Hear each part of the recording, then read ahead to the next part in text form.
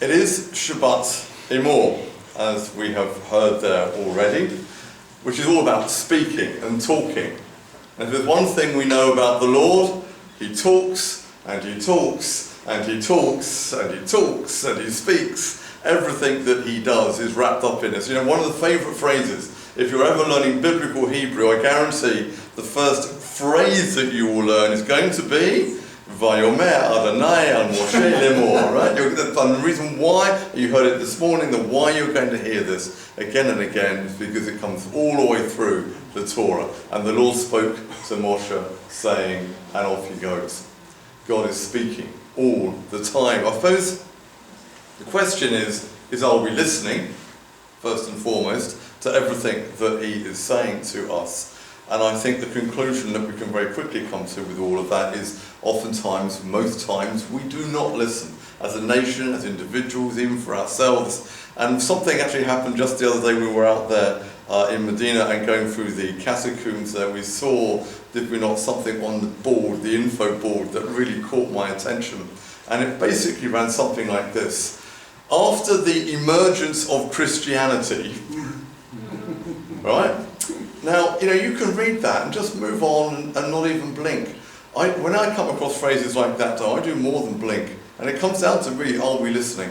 You know, the emergence of Christianity, are we saying that the only one true faith in the whole world's history only began 2,000 years ago? And if that is true, what on earth came before it? Yeah. It's a good question, isn't it? Yeah.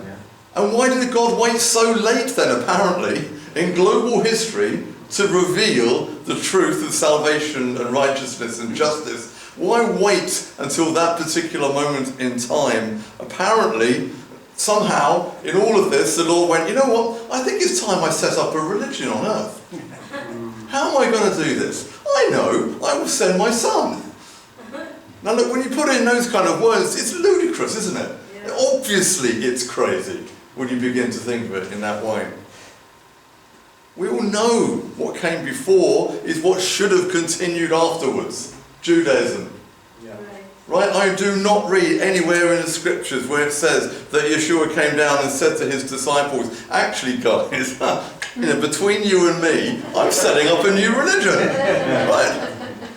Honestly, I mean, it's a crazy thing. You know, when at the end of Yeshua's life, and he's standing that before that fake court that they bring him to, and they're trying to accuse him of breaking the Torah and everything else, they have to pay people to come and say, oh, he broke the Torah. You know what would have been really easy at that point? For someone to come up from the crowd and say, we don't have to worry about that. He's building a new religion.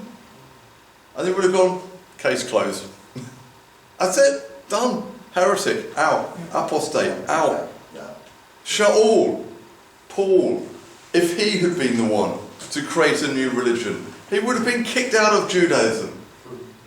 Heretic, apostate, out. You turn your back on Judaism and the God of Israel. You build a new religion? How long are you going to last?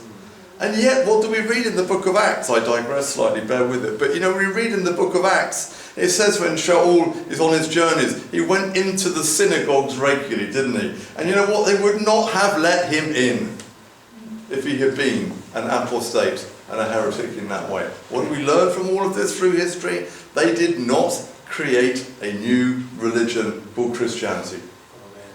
Simply, historically, false to say so. Right. Comes back to what I said at the beginning. Are we listening to what God is saying? Are we listening? Did God ever say that we were meant to have a new religion called Roman Catholicism? I don't read it. What did Rome ever have to do with genuine faith? I don't mean that in a sense of being knocking Roman Catholicism. I mean, what on earth does Rome ever have to do with the genuine biblical faith of Judaism and Jewish history? Absolutely nothing. What has to do with it? Jerusalem, right at the centre. Temple, right at the centre of Jerusalem. That's what history says. That's what Judaism says is the core focus of God's revelation to both Israel and through Israel to the whole world. Are we listening? And you know, most of the time we don't. And that's a classic one through history to look at it in that way, but I think we have to take a closer look at ourselves as well. We do, of course we do, at Yom Kippur every year we analyse ourselves and we think, this last year, have I walked before the Lord in perfection? I know I haven't. Every year I come before the congregation. Sandy will back this up, don't I? Every Yom Kippur I come before the congregation, and before we even start I say, please forgive me where I have done you wrong in the last year. Where I've disappointed you, where I've let you down, where something went wrong and I wasn't quick enough to put it right, or whatever. Because I know it's true.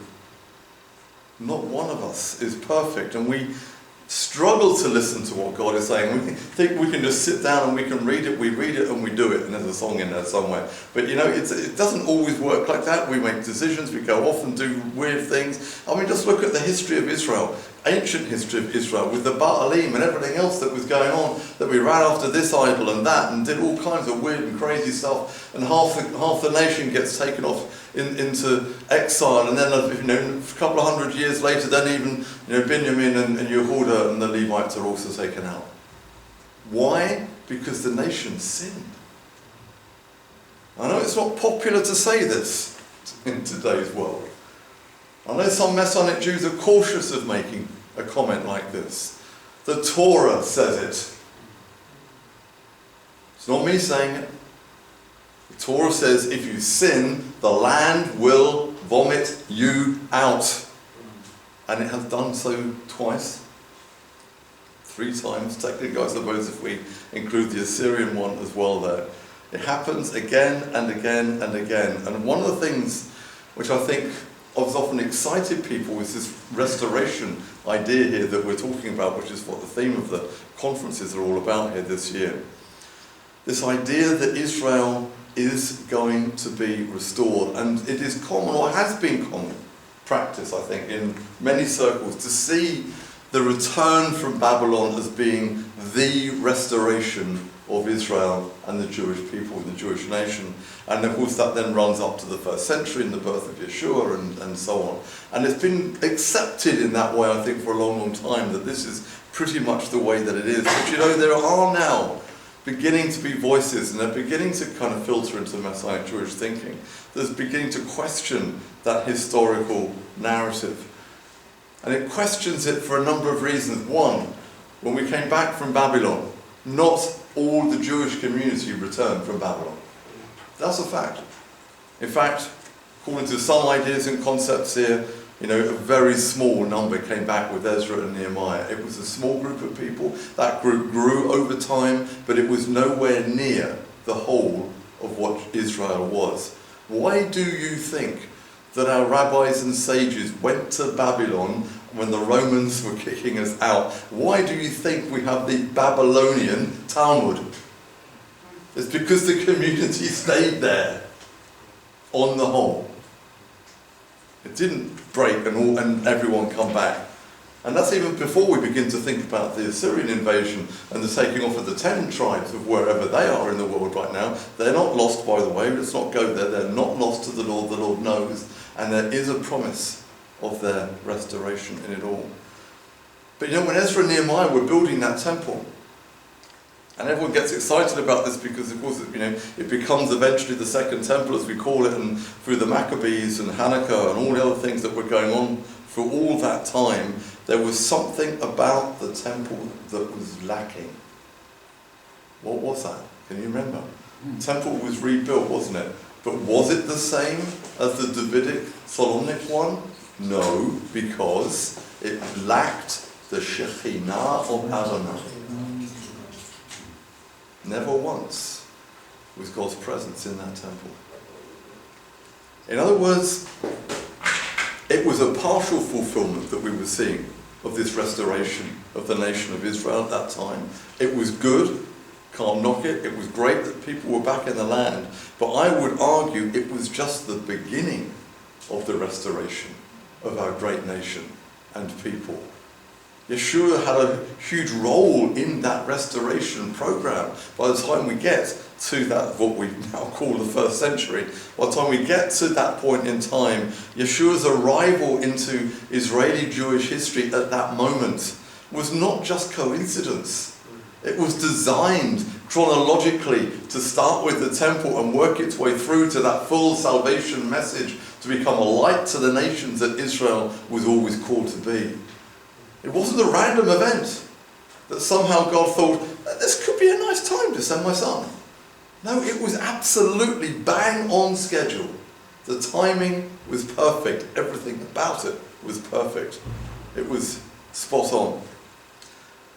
But we know the temple still fell back into corruption. The light of Israel dimmed in all of this through what was happening.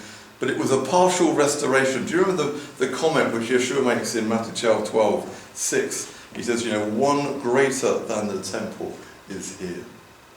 I love it because Yeshua is not denigrating the temple per se. He's not saying the temple is bad or we need to get rid of it. He just said right now there is one greater than. The living temple himself, right there, where all of this through history was going for that restoration and redemption. And it leads the followers of Yeshua into a little bit of confusion. And I think you're going to understand that confusion, having given you the context of all of this. The followers of Yeshua are a little confused because the one that they were following died and then rose again. And there was a moment in all of that where you can almost feel a collective, what's this all about? What's going on? Why? And we don't understand. How does all this fit into this great restoration pattern that we've got here? And of course then we also know that Yeshua ascends, he's taken up and he's taken away until he returns again. And it's at that moment really that his followers are really confused. And they ask him a question. Right? The question comes and it's repeated for us in Acts chapter 1 and verse 6. Therefore, when they had come together, so his followers now with Yeshua, they come together, and they asked him, saying, Lord, will you at this time restore the kingdom to Israel? It's a fascinating question. And it's one that I've stumbled over many times when you go through the book of Acts. On one level, it's a very strange question because it throws up issues of terminology. Who is the Israel that he's talking about here? Is it the whole nation? Is it just the southern nation of Yehuda? And so on and so on. Actually, for Christians, this question is one of the most craziest questions that they would ever read in the scriptures. And I've read commentaries on this where Christian commentators have read this and go, we don't really know why they're asking this question. Why? Because they're asking, when are you going to restore the kingdom to Israel, not the church? Amen. This isn't a Christian question, is it? It's nothing near a Christian question. What Christians are walking around now going, Lord, when are you going to restore the kingdom to Israel? Well, they're looking for revival in the church. They're looking to take over the world as Christians or whatever they're trying to do. That's up to them. I'm not going to get involved with that. The Jewish angle is absolutely clear from the scriptures. The question we are asking now, when are you going to restore the kingdom again to Israel? Because let's be honest, people, right now what we're seeing in Israel is not the restored kingdom of God in Israel. And I say that in great caution and weeping of heart. It breaks my heart to see what is happening in the land. Where even now, something like 70-80% of our people in Israel today are secular and they don't want to know anything about God. And all the other things in between. When, Lord, when are you going to restore the kingdom to Israel? And it's a fascinating one because the question that runs with this, because it's not a Christian question, we have to think, what are they asking here? Restoration, the fullness, political, economic, spiritual, all of this. And it's not just about controlling the borders. They were looking and feeling a much deeper revival. Right at that moment, even then, since coming back from exile in Babylon, even then having had a temple rebuilt, which then fell apart, and the Maccabees came in, and they rededicated, and then it all becomes corrupt again. And then the Essenes all ship out to the desert, because they're thinking, we're having nothing to do with that, it's so corrupt anymore, we can't even get near it. With all of this going on, and then on top of that, the Romans taking over the land of Israel, under the jackboot of the Roman ideology and everything around that, and crushing Israel, crushing the breath out of us as a nation.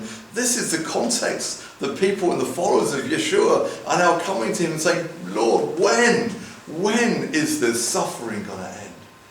When are we going to finally see? And this is why I said that comment earlier about the latest research coming out. The conclusion that people are now coming to from all of this is that return from Babylon did not see the full restoration of Israel and the kingdom of God within it as was expected. It didn't. There was too much corruption. You know what the Hasmoneans were like. It was awful. Even Yeshua is turning over the tables and criticising what's going on in the precincts of the temple. It was corrupt, it was broken, it was not functioning as it should have been. If you wanted to be a high priest, as long as you bribed the Romans not as much, you could be high priest. This is what was going on. It's a dire situation that our people found themselves in 2,000 years ago, and into all of this chaos walks the King of the Jews, the one who is able to unite our nation and truly bring it, the kingdom of God, alive in the nation as was expected and as had been anticipated for so long. In fact, what it seems that these followers were asking here was not just a nebulous kingdom of God concept. They are rooting it back into history again and thinking about the great peak of our nation's existence, of course under David and of course under Shlomo. It's been that one time in history which truly has been a pinnacle of what Israel was meant to be. I mean, let's be honest, even the Queen of Sheba was convinced, right? She came along, didn't she? She travelled all the way from Central Africa. And let's be honest, you're talking about, I don't know, what's that, 2 months journeying on the back of a donkey or being carried in a cart across the deserts, I don't know. And she is a queen, right? This is not just some normal market seller, the queen made the journey. And she gets there. Why? Because she had heard of the wisdom and the brilliance and the glory of our people Israel and the nation and his kings and his wisdom and teaching and all of it that was going together, that she'd heard it all and said, you know what, I want a slice of that. Oh, hallelujah. Would it be great if it was like that today? Can you imagine? If today the nations would grab the seat of a Jewish person and said, I'm with you, I come in with you because that's where I want to be, just like the Queen of Sheba did. Well, of course, we'll come on to it in a minute. That is coming. Yeah. Right? That is coming. It will be that again, but we are not there, sadly, yet. The positive vibes that were going on with the nation at that time built this idea, and if you go back through history and study the background of all of this, it was that time period really where the emerging idea of a Mashiach, a Messiah like King David, would emerge down the line again, who would be the one who would restore our nation. Those ideas begin to form then, and they crystallize really from that point on all the way through history till we get to that first century. And those ideas are not wrong. One would come who would restore our nation and our people. The question then, I suppose, really for us though today, because we're looking at not just the generic ideas around the restoration of what Judaism should be like, what Israel should be like. The question is, can we see anything really in the scriptures which teaches us or shows us what this Jewish spiritual lifestyle of restoration and renewal should be like? And of course, the answer to that is absolutely we can. There's always this idea that runs all the way through the scriptures that this need of restoration is there, but we need to go back and find what that base for the restoration is. So I'm going to read one of my all-time favourite verses in the Bible. If you know me well, you'll know where I'm going to go. Jeremiah. And Jeremiah chapter 6. Anyone want to give me the verse, Sandy? Jeremiah 6. 16. Well done, I think you're on the ball. You're listening, I like it, it's good. I need to pick on a few more, see whether you're awake still. Jeremiah 6:16, one of my all-time favourite verses in the Tanakh. Why? Here we go. Thus says the Lord, stand in the ways and see, and ask for the old paths, where the good way is, and walk in it. And then you will find rest for your souls. That should be a hallelujah, right? That's got to be a hallelujah. If ever there was a restorationist message for Israel and Judaism, this is it. And by the way, it comes from the Tanakh, the Jewish scriptures, written by a Jewish prophet, talking to the Jewish people, his own people. He's not talking to Christians, he's not talking to anyone else, he's saying to his own people, guys, if we want to get renewal, if we want to get back to what everything should be, we need to seek out the old paths, not seek something new. And what do we often see today in the faith world? They're always after the new thing, aren't they? Always the new thing, the new this, the new that, or this is new, oh there's something new going on over there, let's all get on a plane and go over there because that's the new thing. The scriptures don't say go to the new thing. The scriptures say if you want renewal, go back to the old thing, the bit you departed from, which is why you now need renewal. It's not rocket science, is it? Really? Okay? It's fairly straightforward. But it's not just go and find that path and walk it. Look, there is a promise attached to it. You will find rest for your souls if you do this. Right? Hallelujah. You will find that rest for your soul. Why? Because if you have departed from the way of the Lord, if you are now trying to do everything for the new thing and you're doing it in your own strength, you are going to be exhausted. Because it's in the flesh. It's in your own effort. And he says, get back to the old ways. You will find rest there because it will be the most beautiful and easy thing which you've ever done in your life because it is God ordained and he's called you to do it, and it will just flow and it will be beautiful and you will not be exhausted. You'll have rest. Right? Yeshua says the same thing about having rest and seeking rest in that way. The rest is found in the old paths. The old paths of Judaism. Alright? Not in something new. And where exactly are those old paths? Well, you have to go back to the ancient ways. People often think, and I said this, didn't I, during the week, it's interesting when you look at the scriptures, how often in the Messianic writings, Shaul is always talking about Abraham and rarely about Moshe. And we said that, didn't we? It really stands out, actually, when you look at it in that way. And it's because, well, Moshe was taken for granted. Moshe is our commandments. It's the commandments is what they are. But the commandments, even just the commandments, as that's fine in themselves as far as they go. But they only operate if something else is already in place. Because it didn't begin with Moshe Judaism, did it? Yeah. It began with Abraham. And that's where Shaul... See, he's read this verse in Jeremiah. And he's like going, seek out the old paths. Where are the old paths? Abraham. Let's go back and have another look at Abraham. And the Lord gives him revelation after revelation. It's why he's always talking about Abraham and faith. Romans, Galatians, all of these, Corinthians, you name it. He's always banging on about Abraham and faith. Why? Because it's the old path. It's the ancient way that we are meant to be walking on. And Yeshua is...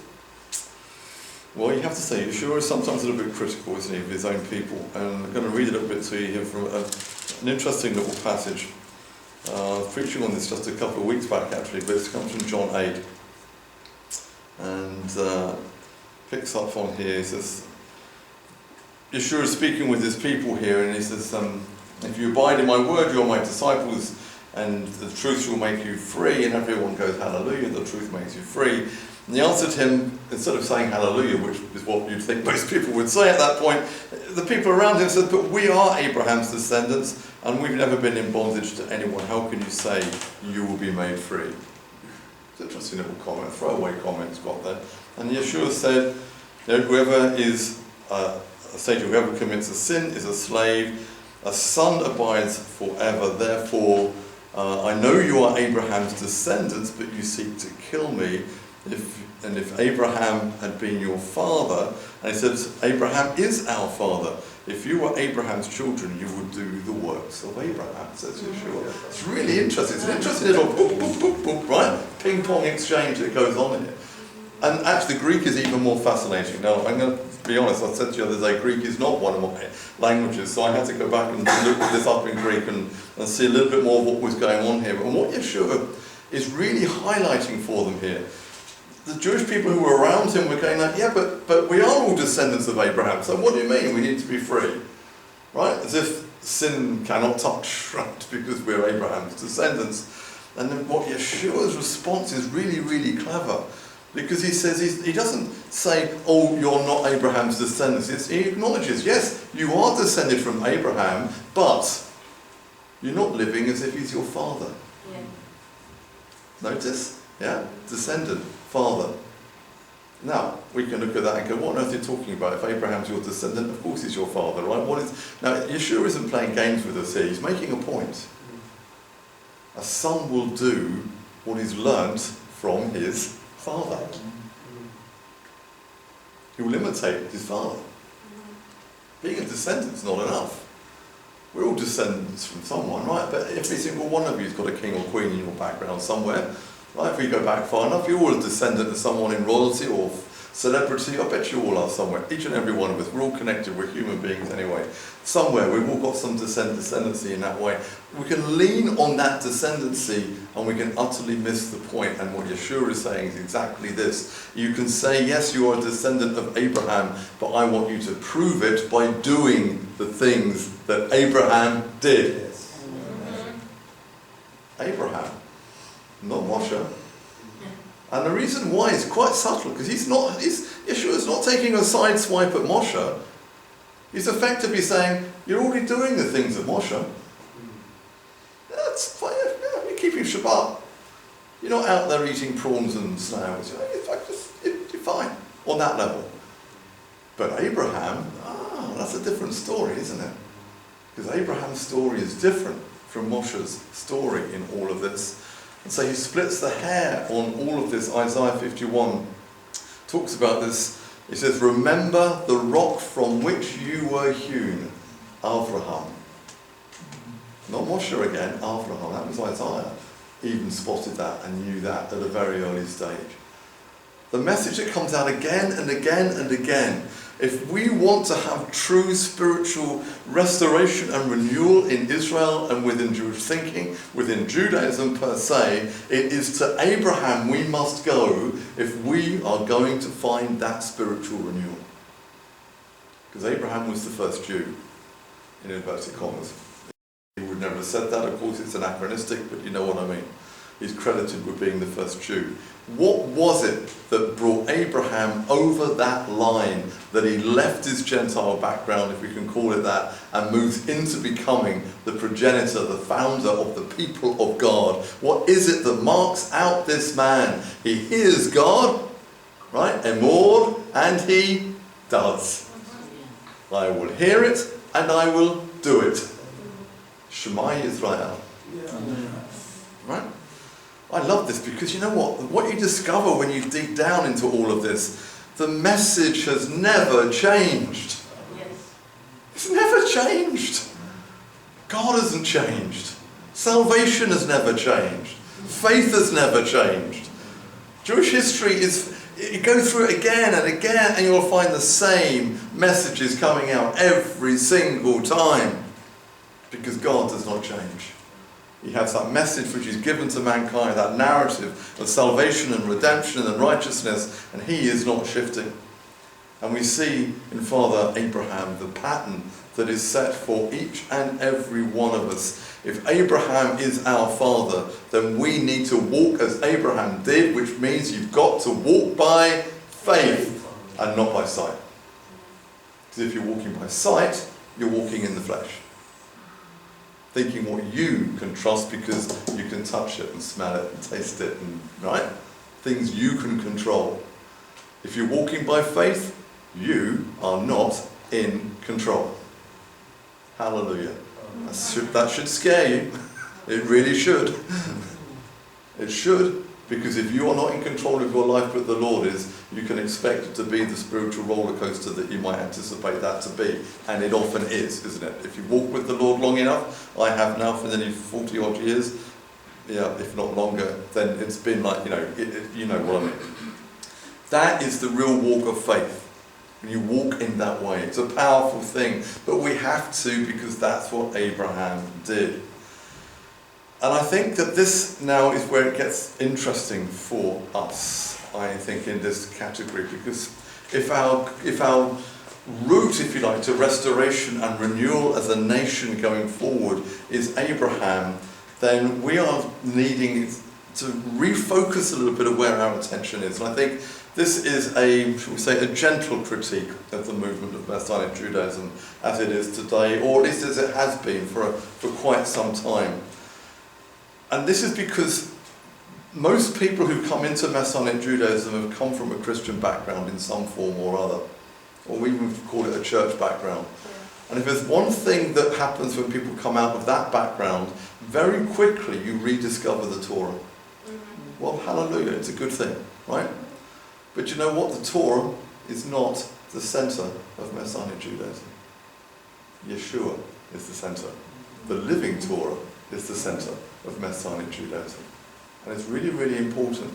But what's happened over the last 20, 30 years odd is that the sense of Torah and Jewish identity, which has been regained by the Messianic Jewish movement, and as an important part of it is, let's be honest, we wouldn't be standing here doing this, right? If we hadn't done that process. It is good. But this will only take you so far. Right? We need faith. We need more. We need that walk of the Spirit, which we talked about during the week. There's more to be had in this. If we're going to walk that full spiritual life that Abraham had, then it's important we get back to those faith aspects, that spiritual walking with the Lord, which is the pattern that reemerges all the way through the scriptures.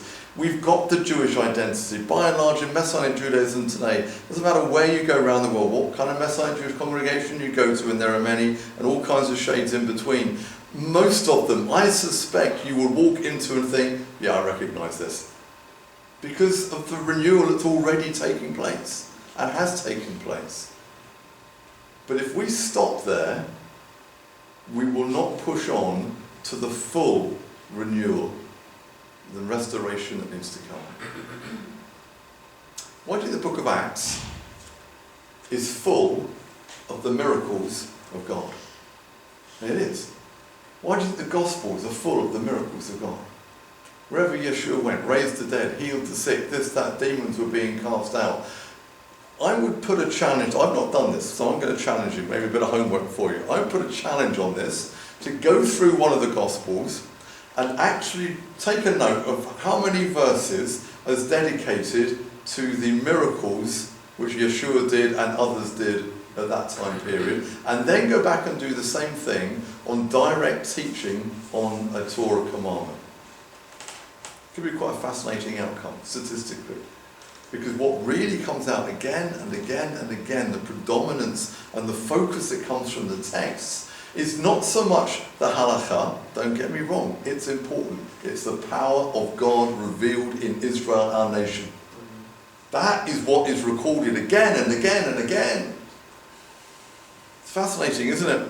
You know, when you've got the followers of Yochanan, and Yochanan's in prison, you know, the famous little bit there, and they come and they say, well, you know, are you the one who's to come, and what are we going to do? Do we follow you now? Do we stick with Yochanan? What are we going to do? And Yeshua's response is really, really interesting. You would think, would you not, if it was all about the Torah, that Yeshua would say to his followers, go back and say to Yochanan, we're keeping kosher, we're keeping Shabbat, we're doing this, we're all wearing tzitzit, and we're all got kippot on our head, and we're all got... That is not what Yeshua says, is it? What does he say? The dead are raised, the sick are healed, the blind see, the deaf can hear. Right? Yeshua's response is really telling at that point. He's kind of assuming you've got all the Mosaic stuff. Right? Then you're already doing that. I mean, imagine if they'd gone back to Yochanan, their in prison, and, oh, they're all keeping kosher, and Yochanan would have gone, Ma? Or nu, right, if you want to put it into Yiddish. Of course they are. So what? Tell me something else I want to hear. I want to know if he's the Mashiach. In fact, of course, Yochanan would have been surprised if it had come back and he said, oh yes, of course he's the Mashiach. He's just abolished the Shabbat. We're all meeting on a Sunday now. Right? Yochanan would have just gone banging around his cell at that point. He wouldn't have handled that. What he focuses on is the power of God revealed. Again and again and again. The living God of Israel. We said at the very beginning of all this, didn't we? God speaks. Why does God speak? Because he's alive. I speak because I'm alive. Some people want to shut me up because I speak too much. But this is what anyone who is alive as a human being, you are going to speak. It's one of the hallmarks of being human, is communication, as we do. Why? Because God speaks. We speak. We're made in his image. It's communication in that way. Hallelujah. We need to get back to that real spiritual renewal, revival in all of this. And allow God to reveal his power more and more and more in our life. That's vibrant, joyful life of faith. I had a chap from a fairly traditional Jewish background come to us not that long ago, and you know, it was interesting. He didn't talk about how kosher we were or how he felt about our Shabbat observance or anything else. That what really did not figure on his response level at all. He came in and he said, well, that's a synagogue. Of course you do that. Do you know what he picked up on? The joy, the love, the vibrancy and power of our worship. That sense of family, community, commitment to each other. And he said, you know what, it's rare that you've got to see anything like this. It really surprised him. That's something which kind of stands out. And I think this is really important because this too, we talked about our cultural, spiritual identity in Torah and our faith and so on in Moshe in that way, being restored in the Messianic Jewish movement. That is good, but it needs to be more than that. We've got to go back to Abraham for the walking spiritual life of faith that he had and the power of God revealed in this man's life. That is a reality. That is what drove Abraham to walk out of his family, of his country, his culture, nation. Right? You don't just wake up one morning and go, I'm just going to walk away from all of this. Right? Something moves you to do that. He had a powerful encounter with the living God. I mean, you've got to think about this. According to tradition, it's not in scripture, so to be fair, but according to tradition, what Abraham does when he has this encounter with God, he goes into the factory where his father is making all the idols. You'll know his father was an idol maker, and he gets a massive stick and he starts smashing all of the idols. This is not something that's going to make you get into your dad's good books. Right? He makes a lot of money from all of these things. And he destroys them all. And he's like, I'm out of this. I'm done. Right? I'm burning my bridges. But you don't do that unless you are absolutely convinced you have met and had an encounter with God. And Abraham had that encounter with God. And he moves out, doesn't he? And he begins that journey. He doesn't even know where he's going. But he starts it anyway. This actually feeds in quite nicely what we were saying last night. You've got to start the journey. You may not even know where it's going to take you and where it ends, but you've got to start. Right? You've got to start. Hallelujah. We've got to have this. Why? Because otherwise the prophecy of Zechariah, I said earlier, didn't know about Zechariah, we're going to come on to it now. That prophecy of Zechariah is not going to come true unless we as Messianic Jewish communities and synagogues around the world begin to walk in the power of the Ruach HaKodesh in our lives. And the problem is that when you say this, people go, oh, that's a really Christian idea. It is not a Christian idea. It is a Jewish idea. Amen. How do you think Jeremiah and Isaiah prophesied? They did it in the power of the Ruach HaKodesh. Let's ditch this idea that anything supernatural in the miracle world, in that sense, has got to be Christian because it's not Jewish. It is Jewish. It's ancient historical Judaism. It's what it is, the power of God revealed. It always was like that. But we've kind of not got used to thinking about it anymore like that. Because the church kind of hived that bit off, as it were, for itself. And hallelujah. There's people being healed in churches, and it is fantastic, and I'm not going to knock it. It's the power of God revealed. But we need that back in Judaism. In that way.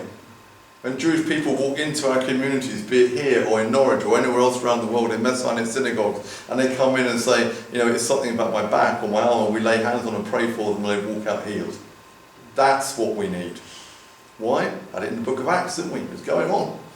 This was the testimony of the power of God revealed, that the God of Israel lives. When we have that testimony, it is a surprise to our people in the wider Jewish community, because they would not expect the God of Israel to be active in a Messianic Jewish congregation. Right? Because of Yeshua. And to say, well, sorry, you're wrong. He is. And we pray in Yeshua's name. Just imagine. And they still get healed. In fact, even more so. But unless we're doing this, we're not going to be fulfilling those prophecies from Zechariah 8. In those days, it says, 10 people will come and they will grab the seat of a Jewish person and they will say, I'm going with you. He says to him, first of all, point number one, what that says to us is that in the end days, you are going to be identifiable as a Jew because of these. Not a Christian, a Jew. That's instantly telling us something about what the end days are going to be like. It is a full restoration back to Judaism again for all those of faith who trust in the one true God, the God of Israel, of Abraham, Isaac and Jacob. So we need to be, yes, identifiable. And in many ways, as I said, that's that Torah revival bit that's gone on. We've had that. But then the second phrase that comes up is, because God is with you, they say. Now, look, if you're going to be a Gentile and you see a Jewish person walking along with a tzitzit, they are not going to recognize that God is with you just because you are wearing tzitzit. That doesn't say God is with you. That says, I'm wearing tzitzit because the commandment tells me to. What tells a Gentile, a pagan, out there in the world that God is with us? What tells them that is the power of God revealed in our lives. It's just like we had in the Gospels there, when the woman with the issue of blood reaches out and grabs the tzitzit of Yeshua. Yeah.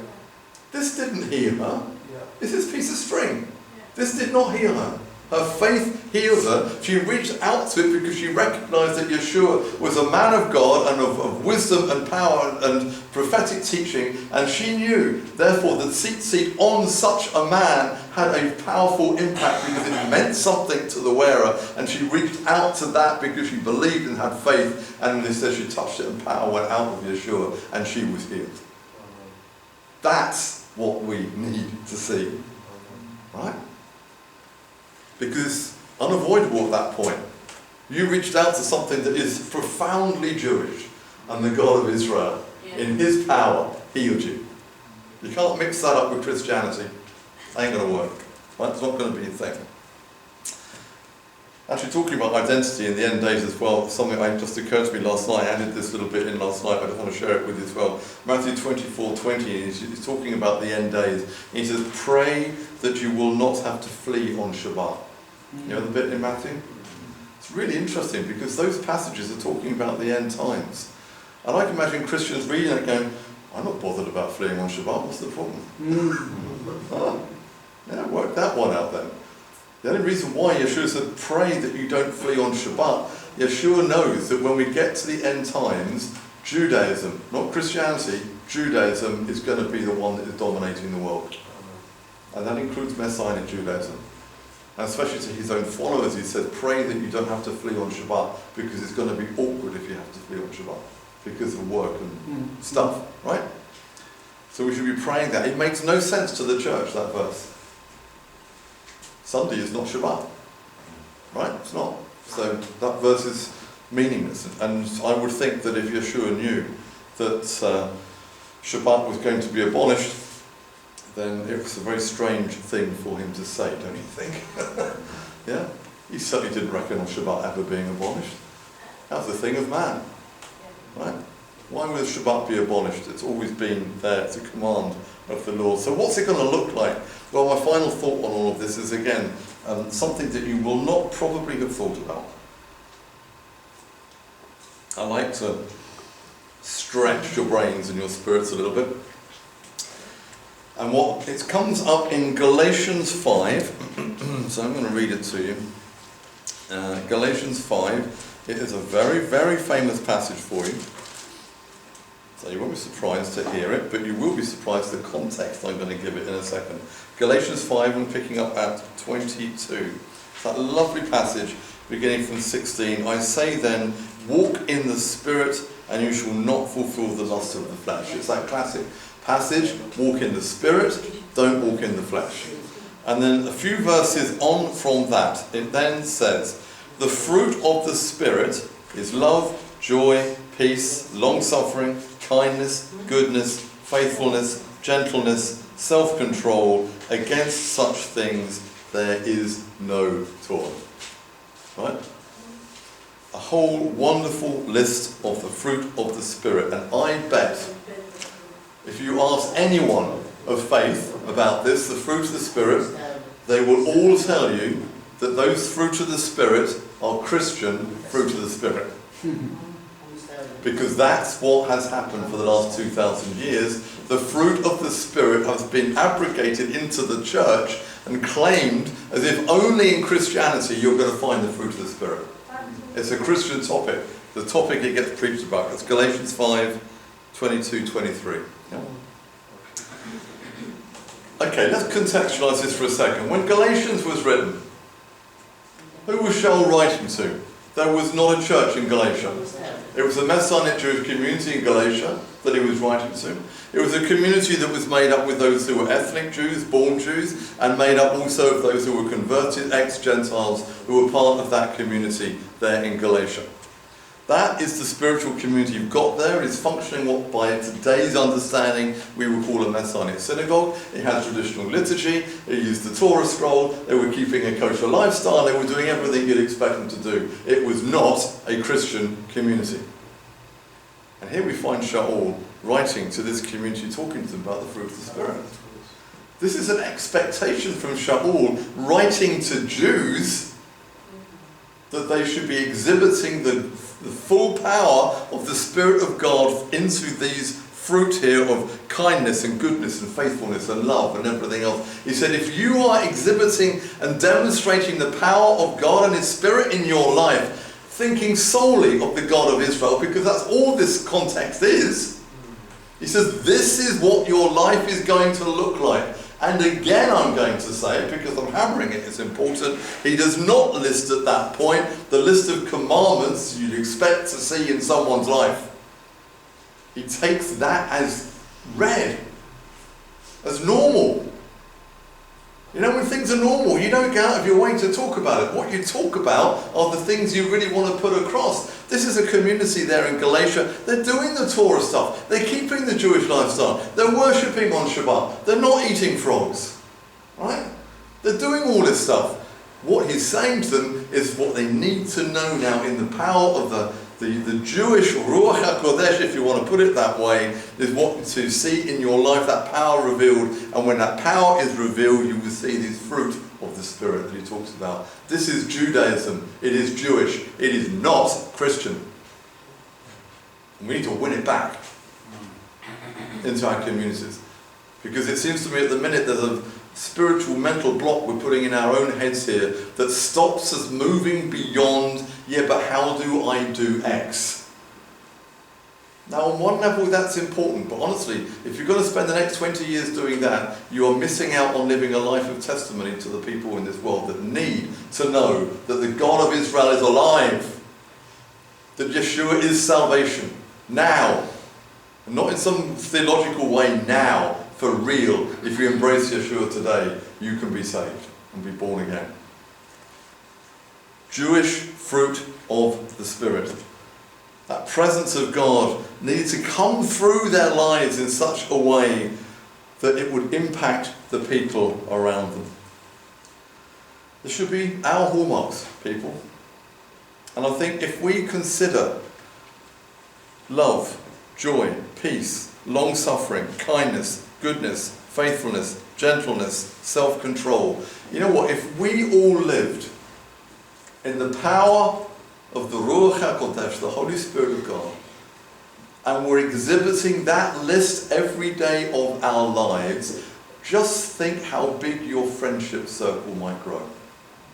Why? Well, who doesn't want to know people like that? I want to know people like that. I want to know people who are going to love me, who are going to be kind to me, who are going to support me, right? Who are going to be good to me, be faithful to me, who are going to be long-suffering with me when I'm in complete pain. I want to be with people who are like that. People who are gentle. People who are self-controlled. That when I begin to lose it, they're going, shh, it's okay, got this. Those are the people I want to be around. The people who aren't going to judge you because you get X wrong. You know, this happens occasionally. It's not here, I'm sure. The master would have told me, so I'm sure this isn't true. But you know, we can get like this. The moment you have Torah, you know, there's a tendency to then put yourself in the judge's seat of who is actually doing this properly and who isn't. And you know, if you've been in even in Messianic Jewish congregations, there's the group over there looking at the group over there going, yeah, well, we do it. We know, don't we? You know what, people, this shouldn't be. This should not be. That's not the fruit of the Spirit. That harsh judgmentalism in that way. I bet every single one of you, and I have been saying it this week as we've been meeting as well, I bet every single one of you are on that journey in your own speed, in your own way, and you're working it out and trying to get it right before the Lord. Hallelujah. People, I want to say to you, I'm there to support your journey.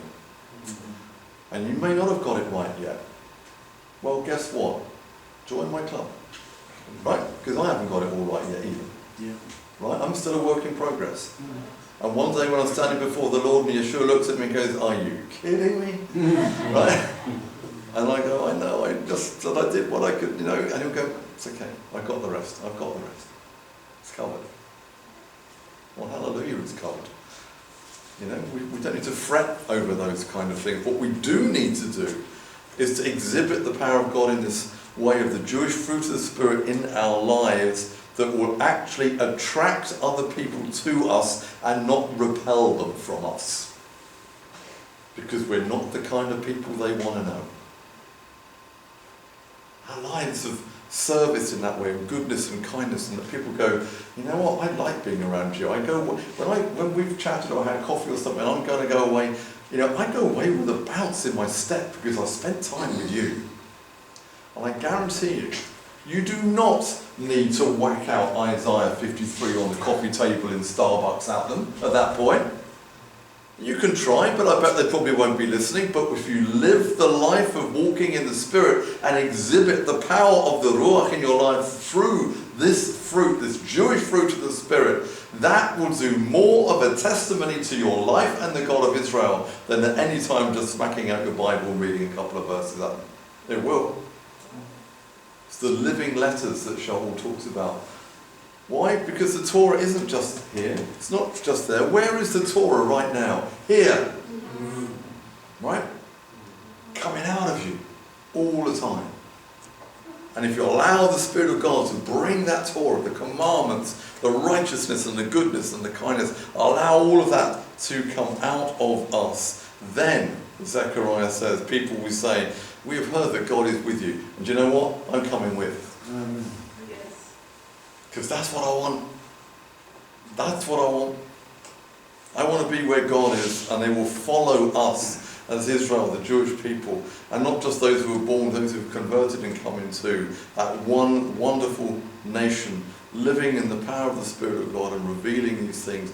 That is our future, people. It's the future of our nation. It's the future of the light of the world that we're going to see. And God is going to transform Judaism, going to transform Israel, going to transform all of this with Yeshua at the very heart of it all. And it's going to be glorious. Amen? Amen. Amen. Amen.